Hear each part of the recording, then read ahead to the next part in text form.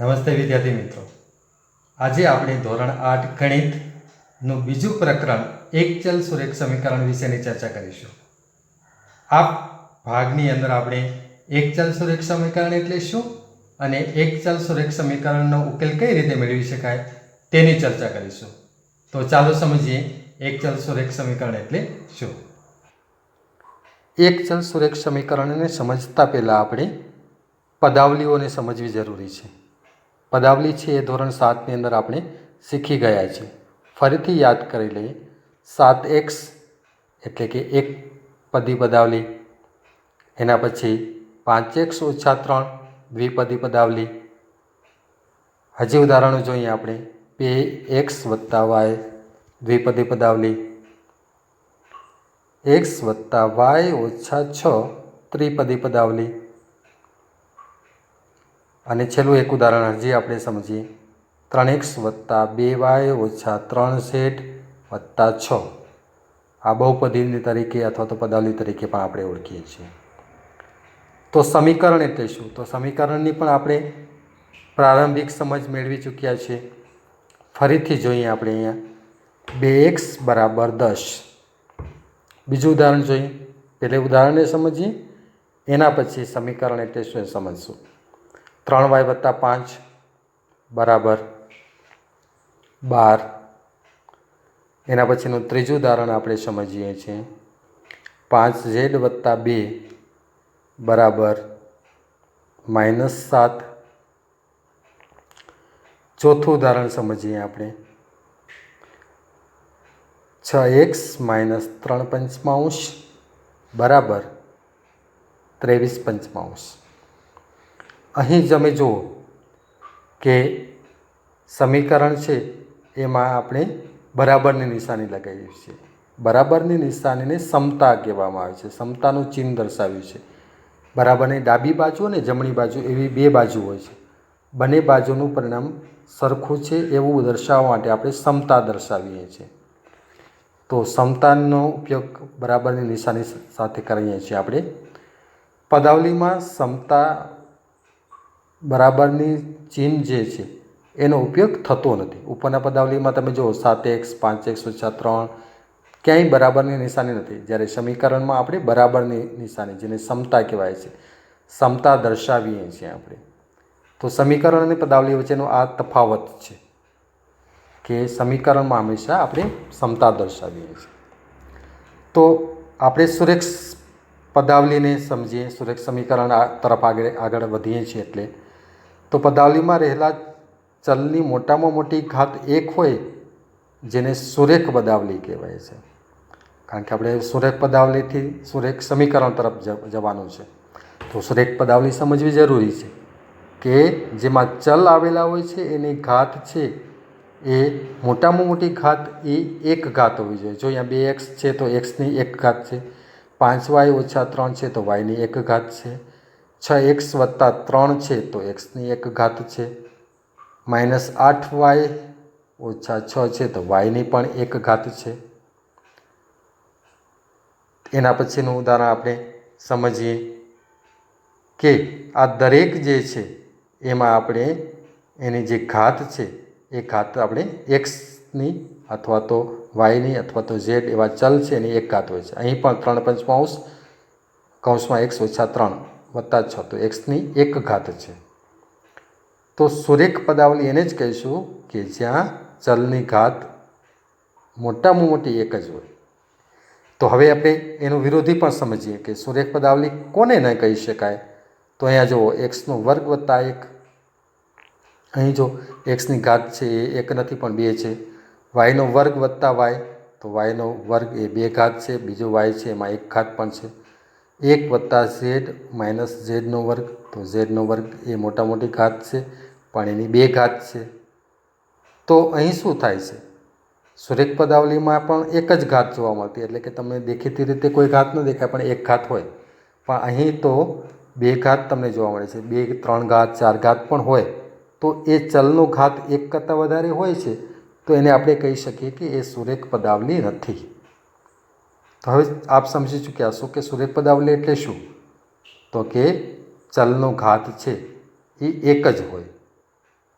એટલે કે મોટા મોટી ઘાત છે એક તરીકે દર્શાવેલી હોય તો આને આપણે સુરેખ પદાવલી કહી શકીએ. આ ધ્યાન રાખીશું આપણે. તો હવે જોઈએ કે એક ચલ સુરેખ સમીકરણ કોને કહેવાય? તો એમાં એક ચલનો જ ઉપયોગ થયેલો હોય. કોઈ પણ એક આપણે સમીકરણ કરેલું હોય તો એમાં એક જ ચલ હોય, એક સાથે બે ચલ ભેગા ન હોય.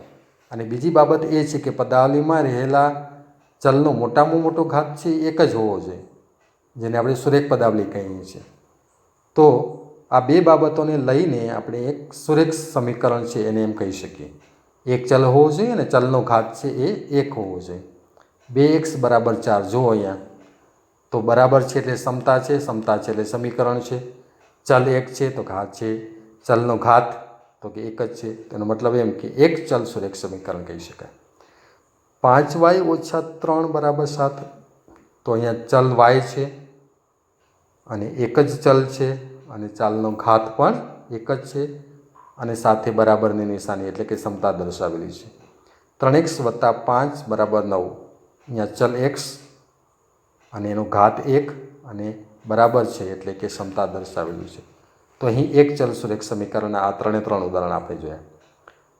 હજી એક ઉદાહરણ જોઈએ. 3/5 x - 3 = 6. તો અહીંયા x છે એ એક ચલ જ છે. આ દરેક ઉદાહરણમાં તમે બે ચલ એક સાથે જોઈ શકતા નથી. બે ચલ ન હોવા જોઈએ અને ચલ છે એનો ઘાત પણ એક જ હોવો જોઈએ. ચલો હવે એને એવા સમીકરણો જોઈએ કે એક બાજુ સુરેખ પદાવલી હોય અને બીજી બાજુ સંખ્યા હોય તેવા સમીકરણો ઉકેલ. એટલે કે સમતાની એક બાજુ જે છે એ સુરેખ પદાવલી હોય અને બીજી બાજુ છે એ સંખ્યા હોય. એક દાખલા સાથે સમજી અને ઉકેલ શોધો. તો 2x - 4 = 10. અહીંયા 2x - 4 છે એ સુરેખ પદાવલી છે અને બીજી બાજુ સમતાની બીજી બાજુ અંક છે. આ બંને ભેગું થઈ અને એક ચલ સુરેખ સમીકરણ બને છે. તો જોઈએ એનો ઉકેલ માટે શું કરીશું. તો સમતા છે એની ડાબી બાજુ જે છે 2x - 4 હતા તો -4ને આપણે દૂર કરવા માટે એની વિરોધી સંખ્યા આપણે ઉમેરીએ છીએ. તો +4 અહીંયા ઉમેર્યા છે. તો જમણી બાજુ પણ એટલું જ સંતુલન જળવાય એટલા માટે +4 ઉમેરવાના. સમીકરણમાં હંમેશા આવું હોય છે કે બંને બાજુ જે પ્રક્રિયા કરો એ બંને બાજુ સમાન અંતરે કરવાની. આ બાજુ 4 ઉમેરે તો પેલા બાજુ 4 ઉમેરે, આ બાજુ 4 બાદ કરો તો પેલી બાજુ 4 બાદ કરવાના. અહીં શું કર્યું છે તો બંને બાજુ 4 ઉમેર્યા છે. તો આપણે પલ્લું કહેવાય ને એ પલ્લું સમાન અંતરે થઈ ગયું. હવે શું થશે એ જોઈએ. તો કે -4 અને +4 છે એ પરસ્પર વિરોધી છે એટલે એનું પરિણામ શું આવશે? 0 આવશે. તો હવે આપણે શું મળશે એ આપણે તપાસીએ. તો 2x તેથી કરીને આપણે 2x લખીશું. 2x પછી -4 +4 છે એ 0 થઈ જશે એટલે આપણે એને કાંઈ લખશું નહીં, 0 લખવાની જરૂર નથી. ડાયરેક્ટ બરાબરની નિશાની અને 10 + 4 એટલે કેટલા થશે? 14 થશે. તો આપણે 14 લખીએ છીએ. હવે ફરીથી એના પછીનું જે પદ છે એમાં 2x છે.